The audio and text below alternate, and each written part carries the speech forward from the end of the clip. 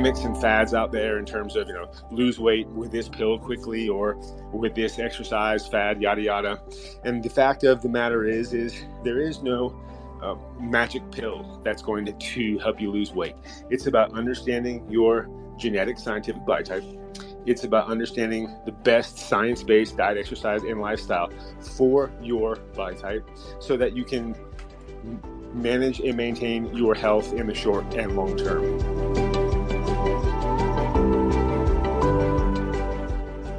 Welcome to the Miracle Plant Podcast, the show that inspires, promotes, and gives you a daily dose of inspiration from the people who have used cannabis to change their lives in extraordinary ways.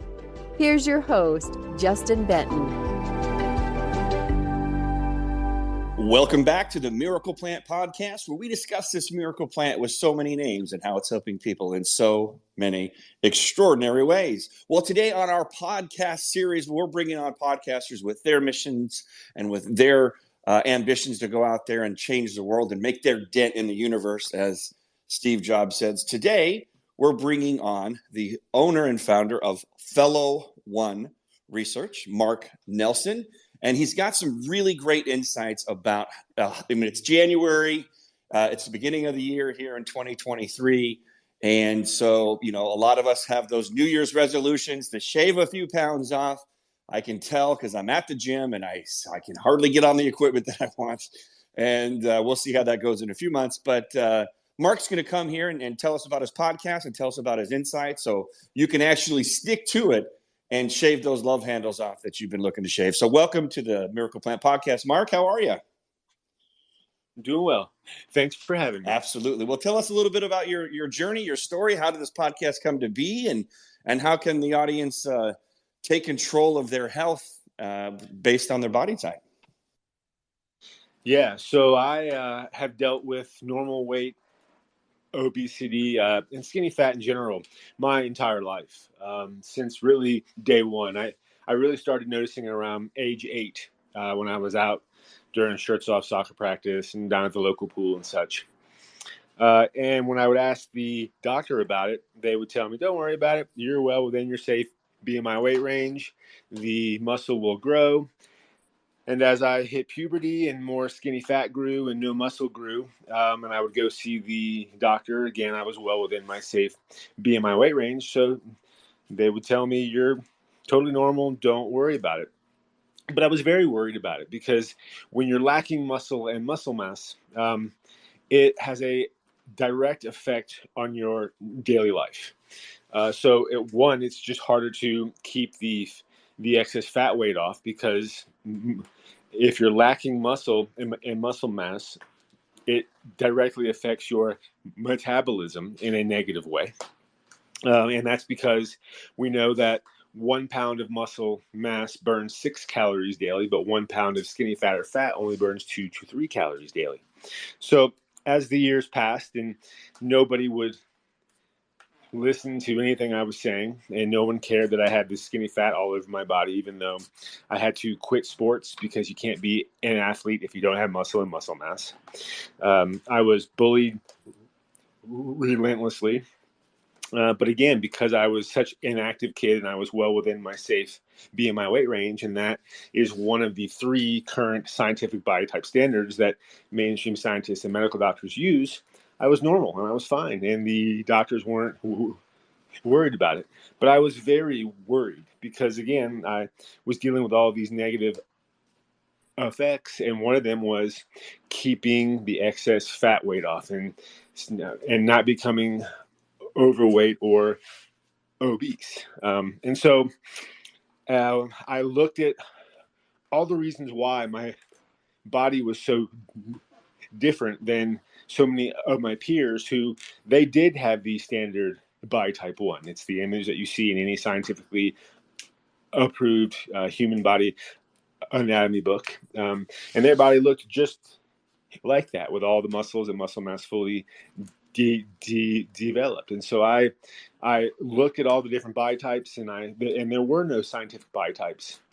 And so that sort of set me on my journey to understand why was my body so different and how can I use science to understand that. So I'll sort of pause here and see if I'm making any sense. Absolutely. I mean, and so how did that, how did you solve that, or what was the epiphany that you had? So I began looking at my body and the human body in general. And again, I looked at all the different body types that were out there at the time, still out there now. And most people still think that the somatotype, endomorph, ectomorph, and mesomorph are scientific body types, and they are not. They are not based on any science. They have no scientific variables that define them, and therefore, without any scientific definition, they're just arbitrary, subjective, nonsense shapes, and that's all that they've ever been. They were thoroughly debunked in the 1960s, and folks still reference those like they're fully scientific, yada yada, and they're just not. And the same is true with the kibbe or the triangle or the 10 or the hormone body types. None of those are based on science. They're just arbitrary, subjective shapes. So once I realized there are no scientific body types, I just logically began looking at the body and its structure and understanding that the human body is built on a framework of bones and the spine and the vertebrae. And in terms of those vertebrae, every single vertebra has a specific number of muscles that it houses. And it's a fact that any part of the human body can be underdeveloped to whatever degree.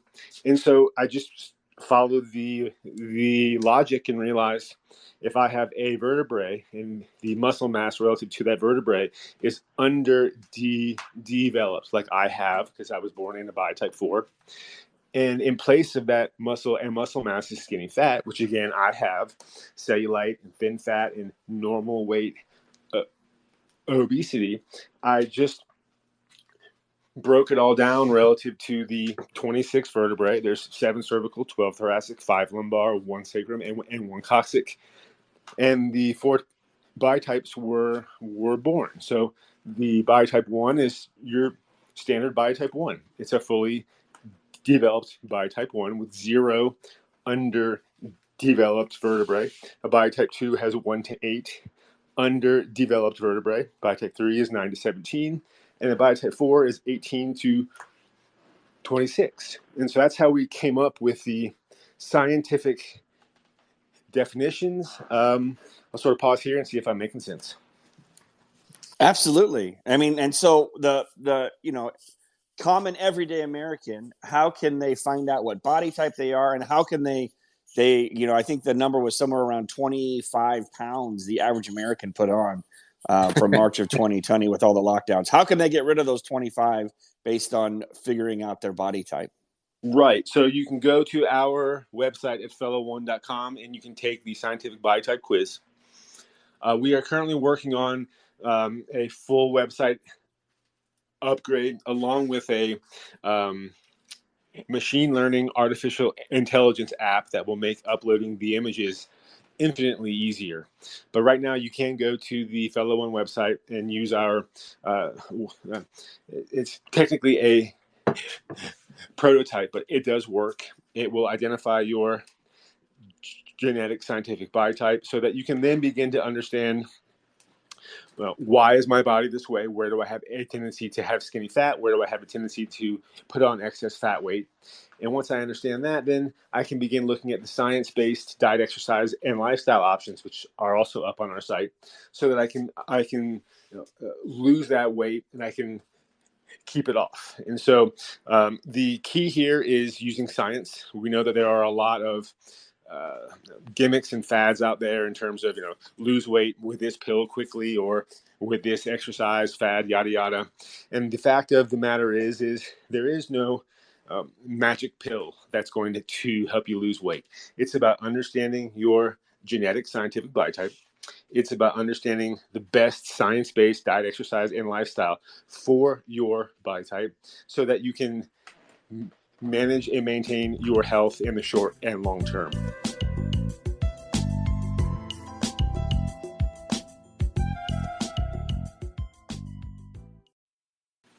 when we were looking for a solution for our son, the very first thing that we did, and I was raised holistically and understood plant-based medicine, fortunately. The first thing that we did was we did a food allergy test to understand what foods my son was allergic to or possibly allergic to, and which foods his body genetically was predisposition for to help him get the most nutrients out of it. And so once we started to figure that out and, eliminating anyone who's on the spectrum or has autoimmune diseases, there's a lot of things that we can clean up. In fact, all of us really should when you think about it. Like, we're taking meats and cheeses and processed foods and refined sugars. I mean, come on. I mean, look, we can get some meat and those things like that, but you really need to understand your body and what works for you. And if you take a food allergy test, you'll have a better understanding of what things are working for you and what things aren't working for you. And once we've cleaned up his diet, which was a lot of fresh, organic fruits and vegetable juicing. I mean, and he was a kid, so a lot of kids don't like to eat their broccoli. So it was a lot of juicing. And then that's when we found the raw hemp and we added that to the juice and the cold pressed hemp. And that was the miracle plant for us. But yeah, I mean, it's so important. You are what you eat. And fortunately, the odds are stacked against you. I'm sure you would agree here in the United States. I mean, we are pushing this food and these addictive foods with these sugars and salts and preservatives that, boy, do they taste good, but it ain't good for your body. I'm sure you can agree with that, right? Oh, amen. Absolutely. I think that everything that you did with your son is brilliant. I think that it takes work. It takes work to figure out what is the best science-based diet, exercise, and lifestyle for each person, because we are all genetically different. And the current food here in this country is definitely terrible. And it's something that I'm not quite sure what to actually do on that. But I think that the place that we start to make those changes is each person needs to realize that these horrible processed junk and fast foods and all the nonsense that we're putting in our body matters. It affects healthcare costs, the obesity epidemic and such. And the way that we fix all this is, as you said, eat as healthy as possible in terms of organic foods and the like. And I realize that that's more expensive, but healthcare is super expensive. If you get sick and you are obese or have diabetes or have cancer, all that is super expensive. So if you're paying it up front in terms of being proactive, you're going to see the results that you saw with your son, and then you will avoid those long-term costs that can really add up. So on the same page with you there. Absolutely. And it's really the organic, food. And I think that's kind of a talking point from big ag and big food, that it's a lot more expensive. I mean, look, if you go to the grocery store these days, if you're a little older like me and you've made at least 40 trips around the sun, you can remember when, gas was less than $1. But now, like, you get an avocado. We're out here in Southern California and they're like $3 or $4 a piece. Fortunately, we have avocado groves in our backyard, but things are just more expensive, and then that just is what it is. But so spending the extra nickel, I mean, I think literally at Trader Joe's where I go, there's the organic bananas are 19 or 29 cents, and the non-organic are 19. So that argument doesn't hold a lot of water, and just understand what the difference is between organic and non-organic. I mean, organic means essentially there's no pesticides. And what are pesticides, right? I mean, we could go into that, but essentially they're poison. Right? They're poisoning the plant, or they've actually grown the poison within the plant, which is GMOs. So the poison is a part of the plant. And there's so much Roundup in our country that it's even in our water table and showing up in the newborn babies and the umbilical cords. I mean, it's everywhere. So what you need to do, especially if you're sick or trying to lose weight or get your body in homeostasis and balance, is you got to get the toxins out, the heavy metals, the pesticides. So again, spend that extra dime knowing that you're doing your part to keep your body as finely tuned as possible. So any other final comments or anything before we wrap up the show, my brother? No, I think all that sounds wonderful. I'm a big fan of Trader Joe's myself for all those reasons, and I wish everyone successful weight loss. I realize that it's not an easy process, but if you stick with a healthy science-based diet, exercise, and lifestyle, you will reach your actual goals. And please do check out our genetic scientific biotype quiz up at our website at fellow1.com. And you can find us out on social media as well, obviously here on Twitter, if you have any questions about anything. But thanks for having me on. You bet, brother. And so do you have a podcast? What's the name of the podcast? Oh, right. I do. It's called Biotype Hype, albeit it's kind of in hiatus right now, but you can catch our first 5 episodes, and we will be coming back. It's just super busy right now, so yeah. Gotcha. And then the website is follow1one.com. No, it's actually fellow1. Fellow. There we go. See, that's why we got to spell it out. So FELLOWONE, fellow1.com, to go take those body type quizzes and make sure you know exactly what you need to do to hit those targets for your health. So at the end of every Miracle Plant podcast, we count to 3 and say, heal the world, because that is our mission, to reach 1 billion people by 2025 about the power of this miracle plant, especially in the raw form, and help people take control of their health. Mark, I'm so glad you're able to join us. So let's unmute your mics and join me in saying heal the world, to get this message out there, to raise the vibration so people looking for a miracle can find us. On the count of 3, let's say heal the world. 1, 2, 3. Heal the world. All right. Thanks for joining us, Mark. Thanks for tuning into the Miracle Plant podcast. Be a blessing, everybody, and happy healing.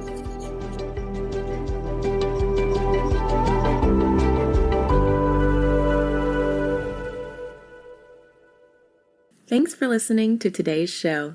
To check out more great cannabis podcasts, go to PodConx.com. Here's a preview of one of our other shows. Hi, y'all. I'm Jo, host of Casually Baked, the podcast. If you're curious to explore the highly responsible side of cannabis, farming, and legalization, I'm here to help lighten the stigma and build your canna confidence. Download episodes now of Casually Baked, the podcast, wherever you listen to podcasts. And journey with me through the evolving cannabis culture and discover how and why people like you are adding cannabis to their wellness toolkit. It's time to get casually baked.